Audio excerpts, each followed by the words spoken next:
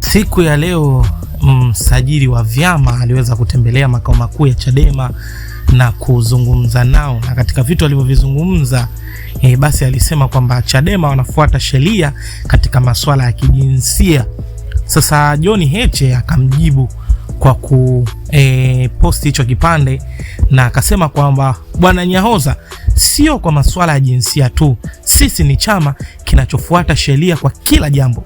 Tunajua kuna sheria nyingi mbovu na za hovyo ikiwemo ya msajili wa vyama, lakini tunaifuata huko tukitaka irekebishwe na kuondoa na kuiondoa hiyo ofisi kabisa. Sisi ni watu tunaojitambua, tunakataa kuonewa na kudhalilishwa.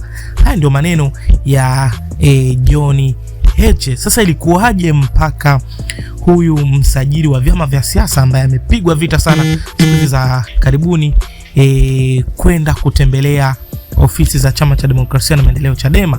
Sasa bwana huyu naibu msajili wa vyama vya siasa huyu anaitwa Sis Nyahoza amesema ameridhishwa na namna ya Chama cha Demokrasia na Maendeleo Chadema kinavyofuata sheria na sera kuhusu masuala ya jinsia. Nyahoza ameyasema hayo leo Juni 1, 2026 alipofika makao makuu ya chama hicho Mikocheni jijini Dar es Salaam kuangalia utekelezaji wa sera ya jinsia na ujumuishwaji.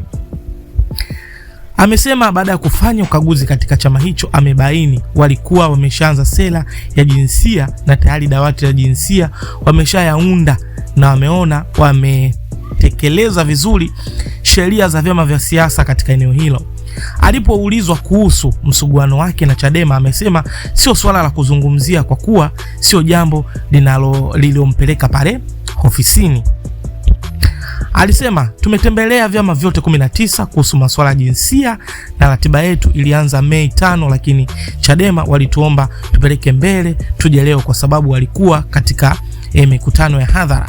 Vyama vyote vimetengeneza sera za jinsia kwa kusaidia na kushirikiana na wanawake katika sheria na maendeleo Afrika, yani WiLDAF, ili kuhakikisha vyama vya siasa vinakuwa na uwiano mzuri kati ya wanawake na wanaume na watu wenye ulemavu wanakuwa na fursa sawa ya kushiriki kuwania nafasi za uongozi wa kisiasa.